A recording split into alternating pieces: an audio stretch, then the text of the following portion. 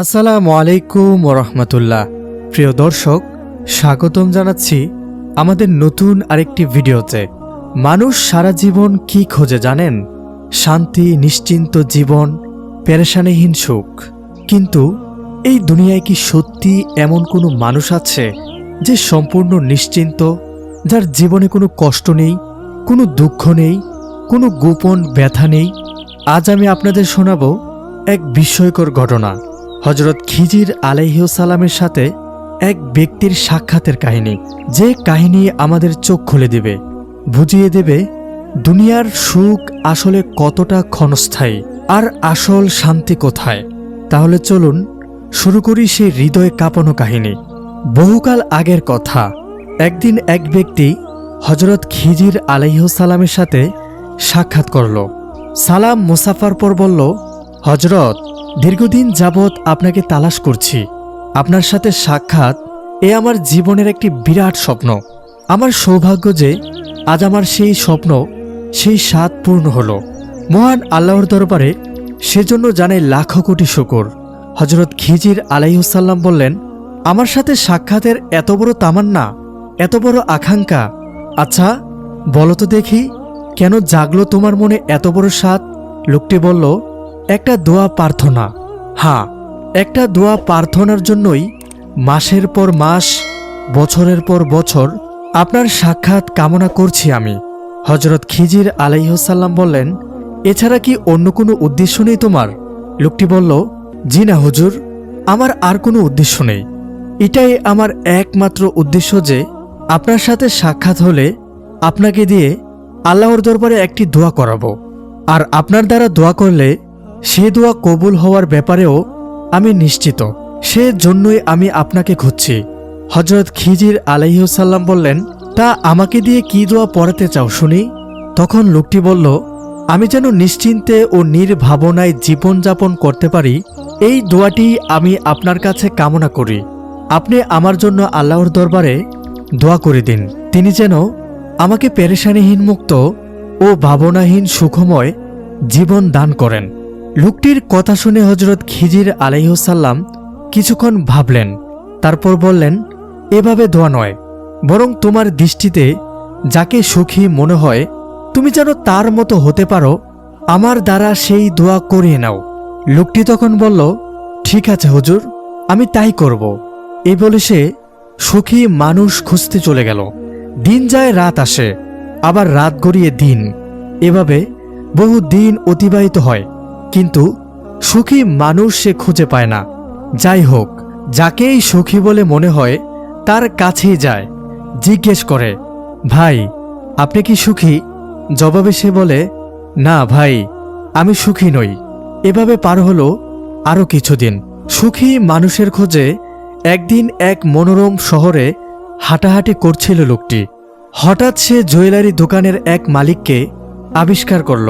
তাকে দেখেই তার মনটা আনন্দে ভরে উঠল। সেই সাথে মনের মধ্যে দৃঢ় বিশ্বাস জন্মালো, এই লোকটি হলো দুনিয়ার সবচেয়ে বড় সুখী মানুষ। ওহ, এমন সুন্দর চেহারা, এত ভালো স্বাস্থ্য আর এমন হাসি মাখা মুখ জীবনে সে কখনো দেখেনি। লোকটির ওপর চোখ পড়তেই তার মনে হলো ধন সম্পদ, প্রভাব প্রতিপত্তি, রূপসী স্ত্রী আর আরাম আয়েশের সব বস্তুই তার আছে।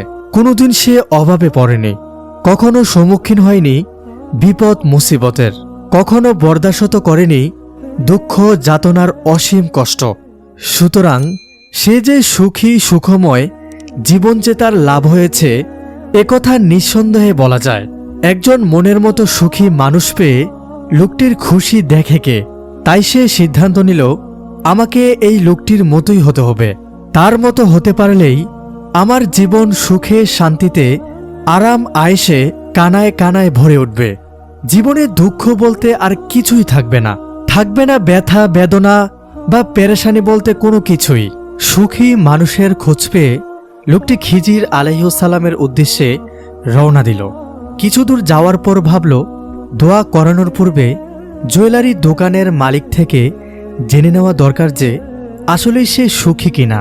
কারণ এমনও তো হতে পারে যে ভিতরে ভিতরে তার কোনো দুঃখ আছে, যা বাহ্যভাবে আমার দৃষ্টিগোচর হচ্ছে না, খোদা না করুক যদি তাই হয়, তবে তো ওই দুঃখের সম্মুখীন আমাকে হতে হবে। অথচ আমি কখনো চাইব না যে গোপনে তার কোনো দুঃখ থাকবে, আর দোয়া করানোর ফলে সেই দুঃখ আমার মধ্যেও এসে যাবে। এমন হলে তো এতদিনের সব পরিশ্রমই শেষ হয়ে যাবে। একথা ভেবে লোকটি জুয়েলারি দোকানের মালিকের সাথে সাক্ষাৎ করল। সালাম মুসাফার পর বলল, দেখুন, আমি আপনার মতো নিশ্চিন্ত ও ভাবনাহীন জীবন লাভ করার জন্য হযরত খিজির আলাইহিসসালামকে দিয়ে দোয়া করাতে চাই। আমার দৃষ্টিতে আপনার মতো সুখী মানুষ এই জগতে আর কেউ নেই। কি বলেন, কথা ঠিক না?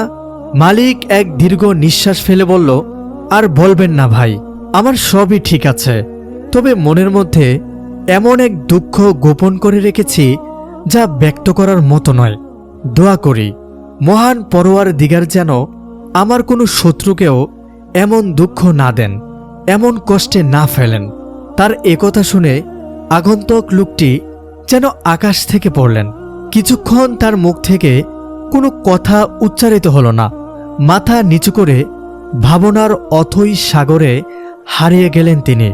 খানিক পর মাথা উঠিয়ে বিস্ময়ভরা কণ্ঠে বললেন, আপনার গোপন দুঃখটির কথা জানতে পারি কি? না, এই দুঃখের কথা আমি কারো কাছে বলবো না, কারণ উহা এমন এক দুঃখ যা কেবল সহ্য করে যেতে হয়, অন্যের কাছে বলা যায় না। লোকটি বলল, দেখুন, আজ বহুদিন যাবৎ সুখী মানুষের খোঁজে পথে প্রান্তরে ঘুরে বেড়াচ্ছি আমি। কত গ্রাম, কত শহর আর কত জনপদে যে আমি এই একমাত্র উদ্দেশ্য নিয়ে হাজির হয়েছি, তার কোনো হিসেব নেই আমার কষ্টের কোনো সীমা পরিসীমা। কিন্তু এত সফর আর এত কষ্টের পরেও আমি কোনো সুখী মানুষের খোঁজ পাইনি। অবশেষে আমি যখন সুখী মানুষ পাওয়ার ব্যাপারে নিরাশ হয়ে পড়েছিলাম, ঠিক তখনই আপনাকে দেখে আমার আশার আলো নতুন করে জ্বলে উঠেছিল। শুধু তাই নয়, আপনার হাসিমাখা সুন্দর মুখ দেখে আপনাকে আমি সত্যিকারের সুখী মানুষ হিসাবে একিনে করে নিয়েছিলাম। কিন্তু আপনিও যখন বলছেন আপনি সুখী নন, আপনার এক গোপন দুঃখ আছে, তখন আপনার এই গোপন দুঃখটির কথা না জানা পর্যন্ত আমি স্বাভাবিক নিঃশ্বাস ফেলতে পারবো না। মেহেরবানি করে আমার কাছে সবকিছু খুলে বলুন। দোকান মালিকের সিদ্ধান্ত ছিল তার এই দুঃখের কথা কারো কাছে বলবে না, কিন্তু লোকটির বিনয় মিশ্রিত আবেদনে তিনি তার সিদ্ধান্তে অটল থাকতে পারলেন না। তাই বলতে লাগলেন, আমার স্ত্রী ছিল সুন্দরী, রূপসী ও পরিচ্ছন্ন হৃদয়ের মেয়ে। সে ছিল রূপের রানী। তার উজ্জ্বল রূপ জ্যোতি বিকিরণ করত চারদিকে। কোনো স্থানে উপবেশন করলে মনে হতো সেখানে যেন রূপের বৃষ্টি বর্ষিত হচ্ছে। তার ডাগর চোখের চাহনি নিমিষে দর্শককে মন্ত্রমুগ্ধের ন্যায় বিমোহিত করে ফেলত। তার চেহারা এমন জাদুময় তীব্র আকর্ষণ ছিল যে অপলক আঁখি মেলে কেবল চেয়েই থাকতে ইচ্ছে হতো। কোনো পুরুষ তার স্ত্রীকে যত ভালোবাসতে পারে, আমি আমার স্ত্রীকে তার চেয়েও বেশি ভালোবাসতাম। তার ভালোবাসায় আমি একেবারে মগ্ন হয়ে পড়েছিলাম। তাকে ছাড়া আমি কিছুই বুঝতাম না। শয়নে স্বপনে কেবল তারই ধ্যান করতাম। তার উচ্ছলতা, তার প্রাণ চঞ্চলতা, তার মায়াময় চেহারা সর্বদাই আমার হৃদয়ের আয়নায় উদ্ভাসিত হয়ে থাকত। একদিন আমার স্ত্রী ভীষণ অসুখ হলো। অসুখটা এতটাই মারাত্মক ছিল যে আমার একিন হয়ে গেল সে আর বেশি দিন বাঁচবে না, অচিরেই দুনিয়া থেকে বিদায় নেবে। তাই আমি তার বিছানার পাশে বসে ছোট বালকের মতো ফুপিয়ে ফুপিয়ে কাঁদতে লাগলাম। আমার কান্না দেখে স্ত্রী আমাকে সান্ত্বনা দিল, বলল, খামাখা কেঁদে মন খারাপ করবেন না। আমার মৃত্যুর পর আমার চাইতেও সুন্দর কোনো নারীকে বিয়ে করে নেবেন, দেখবেন সে আপনাকে আমার চেয়েও বেশি ভালোবাসবে, আদর সোহাগ করবে। তখন আর আপনার মনে কোনো দুঃখ থাকবে না। আমি বললাম, অসম্ভব, কোনোদিনও তা হতে পারে না। তুমি ব্যতীত অন্য কোনো মেয়েকে আমি কল্পনায়ও আনতে পারি না। আমার কথা শুনে স্ত্রী কিছুটা ব্যঙ্গস্বরে বলল, হয়েছে হয়েছে, আর বলতে হবে না। এসব কথা পুরুষদের মুখের বুলি মাত্র। এসবের কোনো কার্যকারিতা আগেও ছিল না, এখনও নেই, ভবিষ্যতেও থাকবে না। লোকটি বলল, তুমি কি আমাকে বিশ্বাস করো না? সব ব্যাপারে বিশ্বাস করলেও অন্তত এ ব্যাপারে আপনাকে বিশ্বাস করতে পারছি না যে আমার মৃত্যুর পর আপনি আর কোনো মেয়েকে বিয়ে না করে একা একাই জীবন কাটিয়ে দিবেন। লোকটি তখন বলল, তুমি এমন করে বলতে পারলে? স্ত্রী তখন বলল, হ্যাঁ পারলাম, আমি যা বললাম ঠিকই বললাম। আর আপনি যা বলছেন আবেগের বশবর্তী হয়ে বলছেন। মনে রাখবেন, আবেগের কথা দীর্ঘক্ষণ স্থায়ী হয় না। আবেগ চলে গেলেই সবকিছু উলটপালট হয়ে যায়। লোকটি বলল, তুমি কি তাহলে তোমার কথাই অটল থাকবে? এ বলে আমি আরো জোরে জোরে কাঁদতে লাগলাম। স্ত্রী বলল, থাক থাক, আর কাঁদতে হবে না, কয়দিন পর সব ঠিক হয়ে যাবে। আমার অবস্থা দেখেও বিদ্রূপ মাখা কণ্ঠে কথাটি বলল। এরপর আমি তাকে বোঝানোর চেষ্টা করলাম, কিন্তু সব চেষ্টাই বিফল হয়ে গেল। কিছুতেই সে মানতে চাইল না। তার অবর্তমানে অন্য কোনো মেয়েকে বধূ করে গড়ে তোলা আমার পক্ষে সম্ভব নয়। এবার আমি চিন্তায় পড়ে গেলাম, কি করে তাকে বিশ্বাস করাই।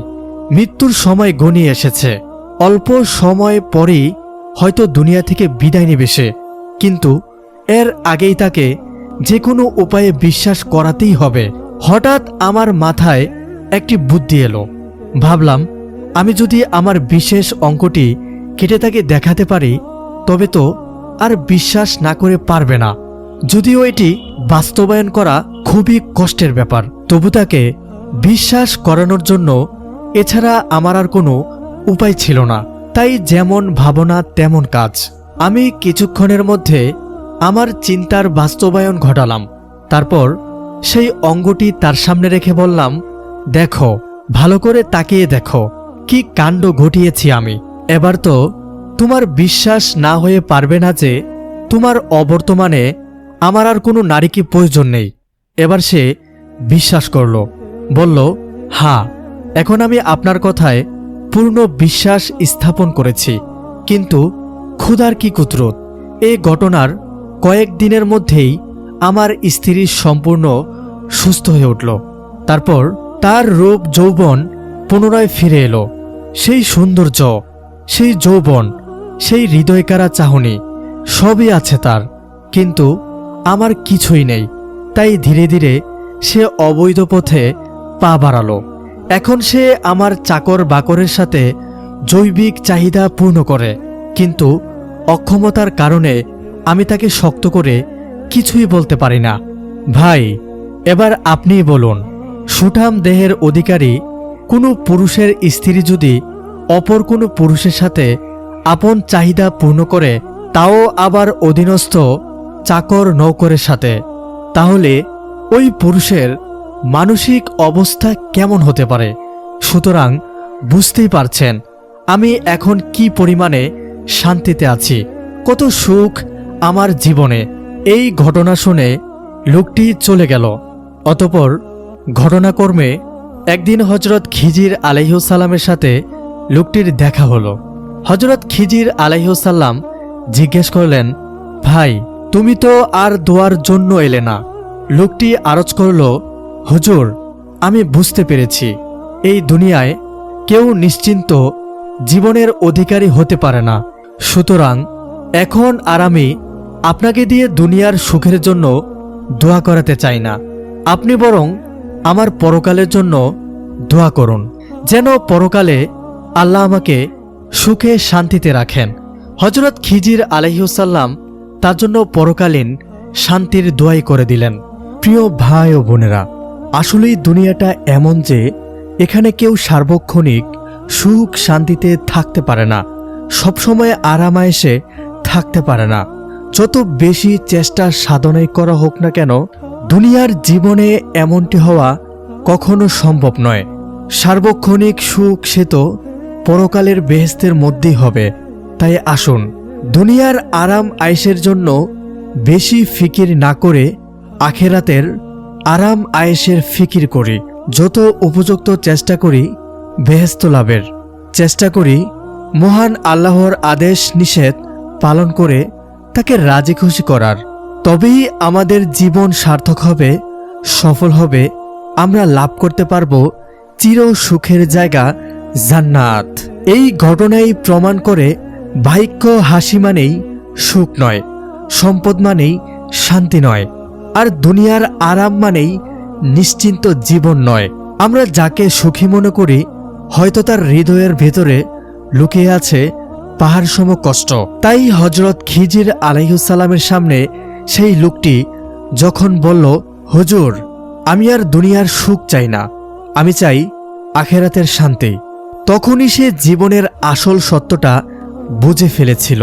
প্রিয় ভাই ও বোনেরা, চিরস্থায়ী সুখ শুধু দুনিয়ায় নয়, চিরস্থায়ী সুখ একমাত্র জান্নাতেই।